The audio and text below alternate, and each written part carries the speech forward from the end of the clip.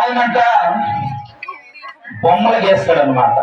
బొమ్మలు అంటే నువ్వు నుంచుంటే నీ బొమ్మ గీస్తాడు, లేకపోతే ఏ బొమ్మనైనా గీస్తాడు అతను. అనేక బొమ్మలు గీసే విద్యను అతను నేర్చుకున్నాడు. బొమ్మలు గీసే విద్య యాజ్ ఇట్ ఈజ్ గా దించేస్తాడు అనమాట. ఎవరి బొమ్మ అయినా, ఎవరి ఫేస్ అయినా సరే ఆ బొమ్మ వేసి ఇస్తాడనమాట. అతని జీవనోపాధి. ఒక వ్యక్తి సరే నా బొమ్మ గీయు అని ఒక ఆయన వెళ్ళాడు, బొమ్మ గీశాడు. సరిగ్గా ఎలా ఉన్నాడో అలాగే గీశాడు అతను. ఎవరైతే ఆ చిత్ర లేఖనం నేర్చుకున్న ఆయన అదే బొమ్మను గీశాడు, సేమ్ యాజ్ ఇట్ ఈస్, చిన్న తేడా కూడా లేదు. తీసిన తర్వాత 100 రూపాయలు ఇవ్వండి అన్నాడు. గీసిన బొమ్మకు ఎంత అడిగాడండి? 100 రూపాయలు అడిగాడు అంతే. ఈ బొమ్మను ఇంత చక్కగా గీశాను కదా, ఇంత మంచిగా చెక్కాను కదా, మరి నాకు జీవనోపాధి ఉండాలి కదా, 100 రూపాయలు ఇవ్వమంటే ఆ గీయించుకున్న వ్యక్తి ఏమన్నాడంటే, నువ్వు 5 నిమిషాల్లో గీస్తావు బొమ్మని, 100 రూపాయలు అడుగుతావా? చిన్న పనే కదా, 5 నిమిషాల్లో నువ్వు గీసేసావు బొమ్మని, కానీ నువ్వు ఏం చేస్తున్నావు? 100 రూపాయలు అడుగుతున్నావే, అంత విలువ దానికి ఉంటుందా? ఒక బొమ్మ గీయడానికి అంత విలువ ఉంటుందా అని అడుగుతా ఉన్నాడు ఆ గీయించుకున్న వ్యక్తి. వెంటనే ఈ చిత్రలేఖనం నేర్చుకునే వ్యక్తి అంటాడు, ఆ బొమ్మని నేను 5 నిమిషాల్లో గీసేసాను, కానీ ఆ బొమ్మ గీయడానికి నేర్చుకునే విద్య నాకు 5 ఏళ్ళు పట్టింది నేర్చుకోవడానికి అన్నాడట. 5 సంవత్సరాలకు పట్టింది అది నేర్చుకోవడానికి. నేను గీసేటప్పుడు 5 నిమిషాల్లో అయిపోయింది. ఒక 100 రూపాయలు ఇవ్వడానికి నువ్వంత సంశయిస్తున్నావేమో, కానీ అది గీయడానికి, అది నేర్చుకోవడానికి నాకు ఎన్ని సంవత్సరాలు పట్టింది అన్నాడు?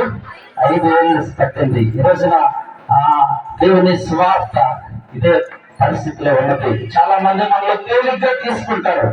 ఆ చిత్రలేఖనము గీసే వ్యక్తిని అందరూ తేలిగ్గా తీసుకుంటున్నారు, కానీ అతడు ఎంత కష్టపడ్డాడు ఎవరు కూడా ఆలోచించే పరిస్థితుల్లో లేరు. 5 నిమిషాల పనే కదా అని అనుకునే ఈ రోజుల్లో మనం ఏం చేయాలంటే, ప్రజలందరూ కూడా మన పరిస్థితులు అనుకుంటూ ఉంటారు.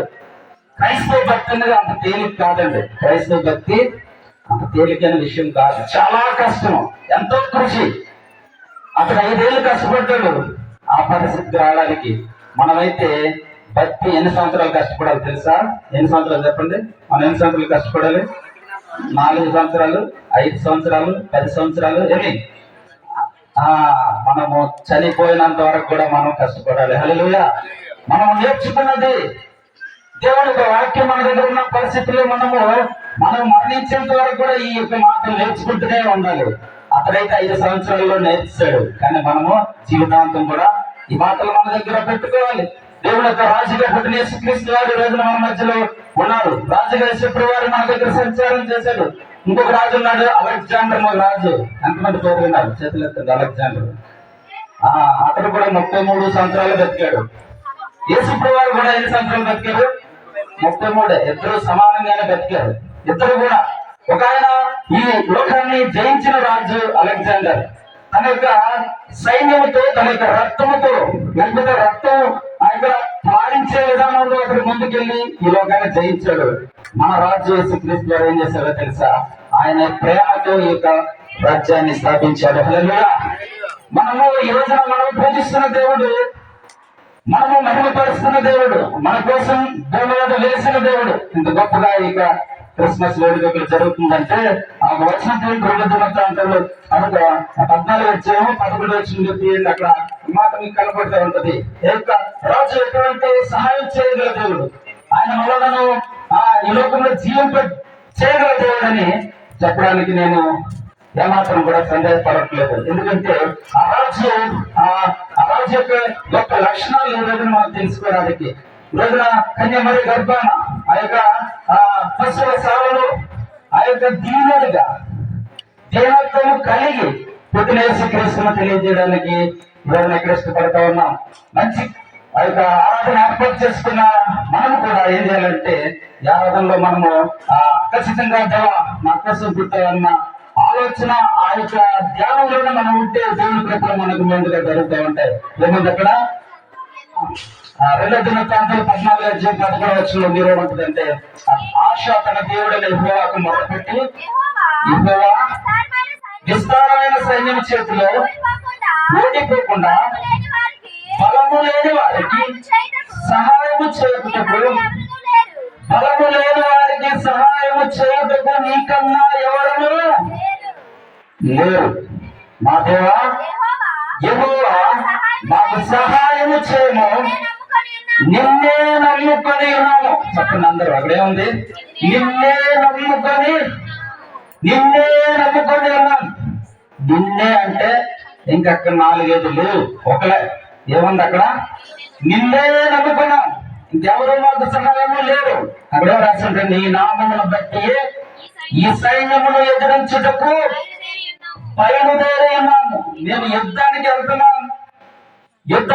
వెళ్ళడానికి ఇష్టపడుతున్నాం. కానీ మేము ఎవరు నమ్ముకున్నామంటే, మేమైతే వెళ్తున్నాం కానీ మేము నిన్నే నమ్ముకొని ఉన్నాం. హల్లెలూయా. యుద్ధములో జయమిచ్చేవాడము నీవేని మేము నమ్మి ఉన్నాం కాబట్టి నిన్నే మేము నమ్ముకొని ఉన్నాము.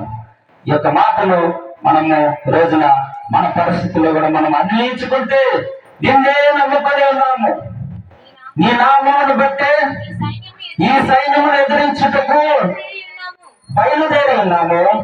యెహోవా నీవే మా దేవుడు, నరమాత్రులను నీ పైన జయమందనియ్యకు అని అక్కడ ప్రార్థిస్తున్నాడు. ఎవరో తెలుసు? అక్కడున్న రాజు ప్రార్థన ఇది.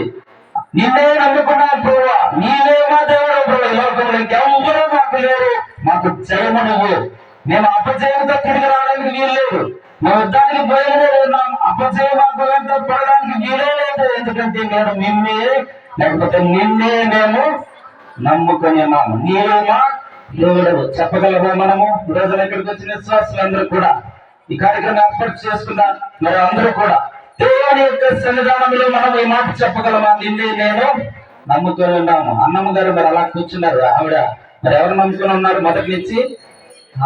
ఆవిడ కూడా నిన్నే నమ్ముకొని ఉన్నాము, నీవే మా దేవుడు అని ఒక మంచి వర్తమానం కలిగిన వాడు ఎవరు కూడా ఖచ్చితంగా క్రిస్మస్ దీవెనలు పొందలేకుండా ఉండలేరు. ఖచ్చితంగా పొందుతారు. అటువంటి గొప్ప క్రిస్మస్ యొక్క దీవెనలు పిడుగుపాలెం గ్రామంలో 2024 సంవత్సరంలో దేవుడు మనకు అనుగ్రహించడానికి దేవుడు ఇష్టపడుతున్నాడు. మరి 8:30 ఇప్పుడు టైము, మరి 9 గంటలకి మనం ముగించుకుంటాం కాబట్టి మరి ఈ సమయంలో మన మధ్యన దైవజనులు ఉన్నారు. మరి ఆంధ్రప్రదేశ్ ప్రాంతంలో దేవుని పరిసర ప్రాంతాల్లో మరి ఆయన చెప్తారు.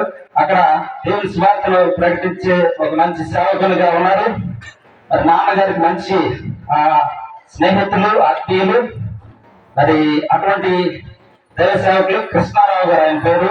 మరి ఆయనను మనము చప్పట్లతో ఆహ్వానం తెలియజేద్దాం. మరి మాటలు కొన్ని